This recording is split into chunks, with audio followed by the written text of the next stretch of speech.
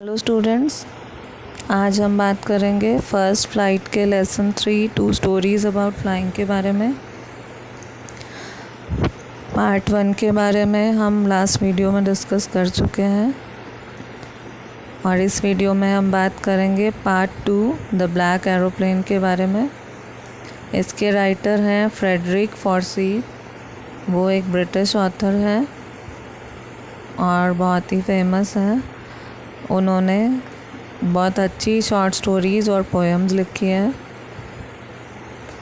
इस स्टोरी में हमें टाइटल से ये क्लियर हो जाता है कि एक ब्लैक एरोप्लेन के बारे में स्टोरी है। और जब लेसन स्टार्ट होता है तो हमें पता चलता है कि स्टोरी फर्स्ट पर्सन नैरेटिव में है, मतलब जो राइटर हैं वो ही अपने एक एक्सपीरियंस के बारे में बात कर रहे हैं यहाँ। तो ये उनका पर्सनल एक्सपीरियंस है और बहुत ही इजी लैंग्वेज में हमें बताया गया है स्टोरी के बारे में। स्टार्टिंग में ही हमें ये पता चलता है that the author was flying his Dakota aeroplane. उनके एरोप्लेन का नाम था Dakota. It is a jet plane, एक जेट प्लेन है ये, और वो उसमें उड़ान भर रहे थे, मतलब वो एज अ पायलट उस टाइम उस प्लेन में जा रहे थे। टाइम था अराउंड 1:30 AM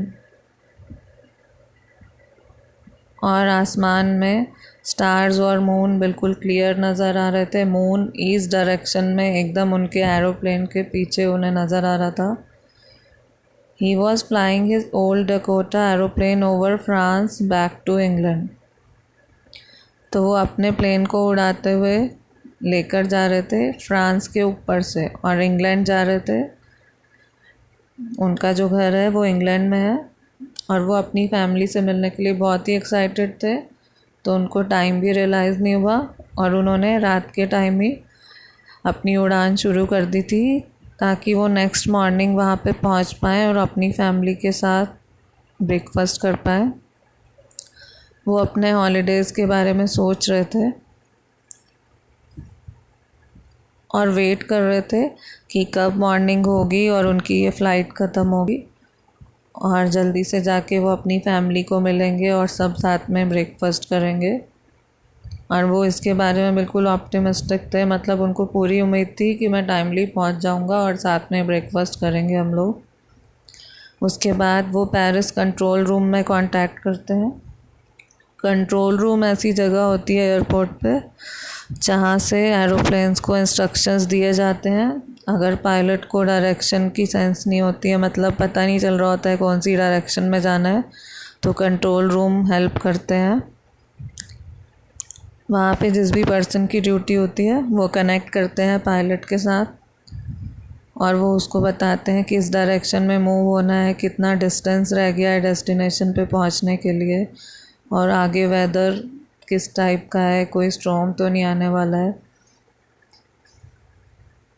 इसलिए अब भी पायलट ने यही डिसाइड किया कि वो पेरिस कंट्रोल रूम में बात करेंगे और उन्होंने रेडियो पर कनेक्ट करना शुरू किया और ये मैसेज दिया that he was on his way back to England, कि वो इंग्लैंड पहुंचने वाले हैं। पेरिस कंट्रोल रूम ने उनके मैसेज को नोट डाउन कर लिया और उसको एडवाइज़ किया कि 12 डिग्रीज़ वेस्ट में प्लेन को टर्न करना है। उनको डायरेक्शन बता दी गई है और किस साइड टर्न लेना है ये भी हेल्प करने के लिए बता दिया गया था। तो जब वो थोड़ा आगे बढ़ते हैं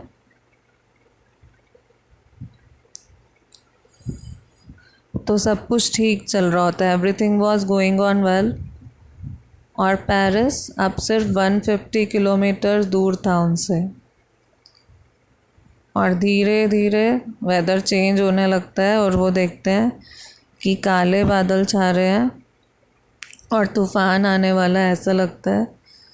और बादल इतने ज़्यादा डार्क ब्लैक होते हैं कि ऐसा लगने लगता है कि ये काली पहाड़ियाँ हैं, लाइक ब्लैक माउंटेन्स, और वो काली पहाड़ियों के बीच में फंस गए। उनको इस तरह की फीलिंग हो रही होती है, उनको रास्ता नज़र नहीं आ रहा होता है और वो उनके ऊपर से गुज़र के जा नहीं पाते हैं क्योंकि बादल चारों तरफ से उन्हें घेर लेते हैं, वो निकल नहीं पाते हैं उसमें से।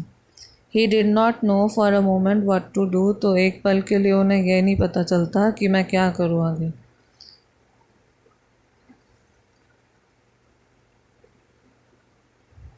उनको ऐसा लगता है for a moment that he should go back to Paris, but उनका जो डिज़ायर होता है वापस घर जाने का और अपनी फैमिली को मिलने का, वो ज़्यादा स्ट्रॉन्ग होता है।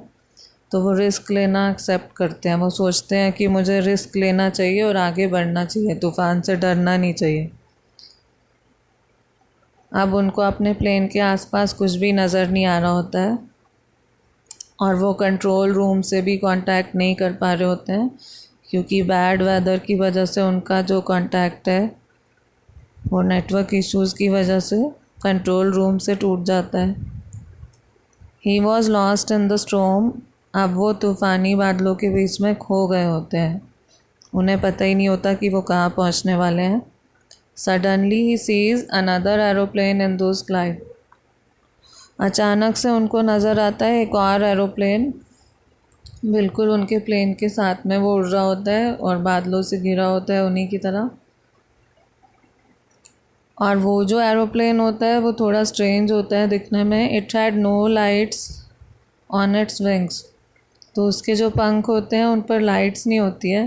He could see it flying next to him in the storm, वो बिल्कुल उनके जहाज़ के साथ उन्हें नज़र आ रहा होता है कि मेरे एरोप्लेन के साथ साथ उड़ रहा है पर कोई लाइट नहीं है उसमें। वो थोड़ा सरप्राइज्ड होते हैं। But he was glad to see another person, पर फिर उन्हें खुशी होती है कि इस प्लेन में भी एक पायलट है और वो पायलट उनसे कहता है कि तुम मुझे फॉलो करो। और ऑथर को भी ये लगता है कि उनके पास यही सॉल्यूशन है कि वो उसकी बात मान ले। एंड ही वॉज हैप्पी, वो उसे फॉलो करने लगते हैं। He flew for half an hour, कम से कम आधे घंटे के लिए वो उड़ते हैं। और अब उनके पास उनके प्लेन में थोड़ा सा ही फ्यूल बचा होता है, मतलब थोड़ा सा ही ईंधन होता है उनके जहाज़ में, और हार्डली 5 या 10 मिनट और ज़्यादा आगे उड़ सकते थे वो। He began to feel frightened, अब उनको थोड़ा थोड़ा डर लगने लगता है, पर वो उस पायलट के इंस्ट्रक्शंस फॉलो करते रहते हैं। जहाँ वो प्लेन जा रहा होता है उधर जाते हैं। Then he started to go down, फिर उनका प्लेन लैंड करने लगता है और वो सेफली लैंड हो जाते हैं। और वो देखते हैं कि वो रनवे पर पहुंच गए हैं। रनवे वो एरिया है जहाँ पे एयरपोर्ट पे प्लेन की लैंडिंग करवाई जाती है। और वो जब मुड़ के देखते हैं कि जो उनका दोस्त बन गया होता है नया पायलट, उसका प्लेन कहाँ है, तो उन्हें कुछ भी नज़र नहीं आता है। उनके मन में ये इच्छा होती है कि मैं उसको थैंक यू बोलूँ। वो स्काई की तरफ देखते हैं but the sky was empty, आसमान एकदम खाली होता है, वो प्लेन कहीं नज़र नहीं आ रहा होता है। तो वो जहाँ पे लैंड होते हैं वहाँ पे कंट्रोल रूम में जाते हैं और वहाँ पे जो रिसेप्शनिस्ट होती है वो एक क्वेश्चन पूछते हैं उससे और कहते हैं कि वो जो दूसरा प्लेन था वो कौन सा था, क्योंकि वो जानना चाहते हैं कि उनकी हेल्प के लिए उस टाइम कौन आया था। तो she looked at him strangely and then she laughed, वो उनकी तरफ अजीब तरह से देखती है और वो हंसती है और वो कहती है कि आपके अलावा आज कोई भी प्लेन नहीं उड़ा रहा था, मतलब सिर्फ एक आपका ही प्लेन था जो आज उड़ रहा था। ऑथर्स ग्रेट सरप्राइज, ये सुनकर जो राइटर है वो बहुत ही सरप्राइज्ड हो जाते हैं। He wondered who had helped him to arrive there, और वो हैरानी से ये सोचने लगते हैं कि मेरी यहाँ पहुँचने में किसने मदद की है। He was without a compass और अ रेडियो, तो उनके पास उस टाइम ना ही कंपस थी डायरेक्शन बताने के लिए, ना ही उनका रेडियो काम कर रहा था कि वो कंट्रोल रूम से कनेक्ट हो पाए। उनके पास उस टाइम फ्यूल भी नहीं था कि वो ज़्यादा आगे तक उड़ पाए। Who was the pilot on the strange black aeroplane flying in the storm without lights, तो ये चीज़ हमें एंड में भी क्लियर नहीं की गई है कि जो ब्लैक एरोप्लेन है उसमें कौन आया था उनकी मदद करने के लिए। और वो ऐसा एरोप्लेन था जिसमें लाइट्स ही नहीं थी। कौन उसे उड़ा रहा था, कहाँ से वो प्लेन आया, बाद में वो कहाँ गायब हो गया, इस क्वेश्चन को आंसर नहीं किया गया। ये एक ओपन एंडेड चैप्टर है जिसमें हमें गेस करने के लिए छोड़ दिया गया है ये पॉइंट कि ब्लैक एरोप्लेन में कौन था। तो इस तरह से पार्ट 2 स्टोरी भी कंप्लीट हो गई है और इस चैप्टर में भी हमें मोटिवेशन मिलती है कि जो ऑथर है वो बहुत ही कॉन्फिडेंटली सिचुएशन को हैंडल करते हैं और वो उस प्रॉब्लम से निकल आते हैं जो कि वेदर की वजह से होती है। वो अपने डेस्टिनेशन पर लैंड कर जाते हैं। अब उनको जो हेल्प मिलती है वो एक्चुअल में उनके कॉन्फिडेंस की वजह से वो बाहर पहुंच पाते हैं। वो जो ब्लैक एरोप्लेन है वो इमेजिनरी है या फिर गॉड उनकी हेल्प करते हैं। इस पॉइंट को कहीं क्लियर नहीं किया गया है बट इसकी एंडिंग बहुत ही पॉजिटिव है कि उन्हें कोई हार्म नहीं होता है despite of the wrong weather and the storm could not affect him। वो सेफली लैंड कर जाते हैं, इसीलिए जो एंडिंग है वो बहुत ही पॉजिटिव है।